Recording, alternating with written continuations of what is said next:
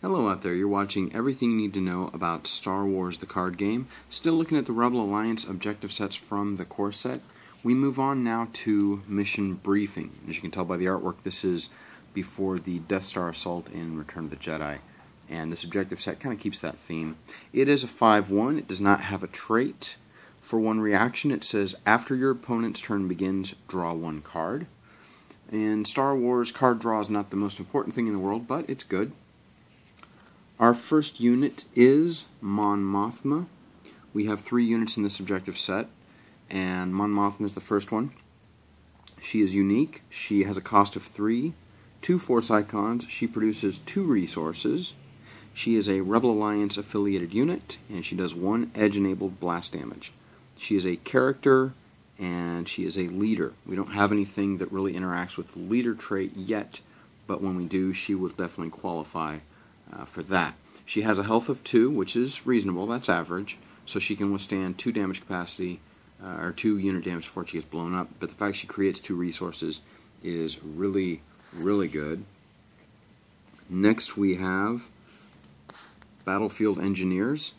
These guys have a cost of 2, 2 Force icons, Rebel Alliance affiliated unit. They have a damage capacity of 2 and do 1 unit damage. They're a character and they're an engineer.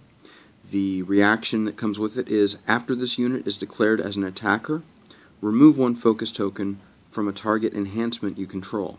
Well, that's interesting because the enhancements that would apply to are usually the ones that create resources. They're not units like Mon Mothma. They are strictly enhancements, but the ones that produce 3 resources obviously take 3 turns in your refresh phase to get them back to normal. Also, if you're playing Jedi and you have Trust Your Feelings, this is a really good way to get the focus off that as well. So there's a lot of good uses for Battlefield Engineers.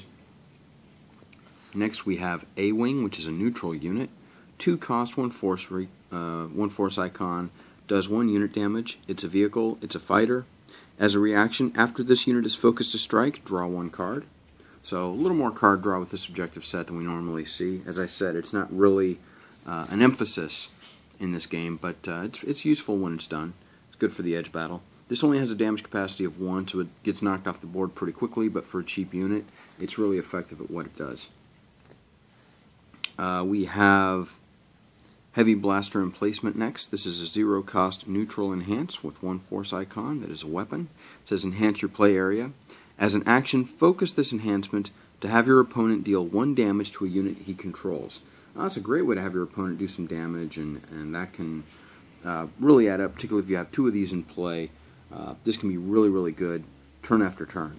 It's really, really useful, and again, if you have Battlefield Engineers, you're able to take the focus off when you declare Battlefield Engineers in an engagement, so that's really useful. And then finally we have a Fate card. This one is Heat of Battle. Once again, this is an event with a Fate card priority of 5. 2 force icons, and it says deal 1 damage to a target participating enemy unit. So there we go. That is the second of our objective sets for the Rebel Alliance mission briefing, which included Mon Mothma, Battlefield Engineers, A-Wing, Heavy Blaster Emplacement, and Heat of Battle. I hope this has been useful to you and given you an idea what cards you might want to play and what objective sets you might want to put into a Rebel Alliance deck. Until next time, GLHF, and may the Force be with you.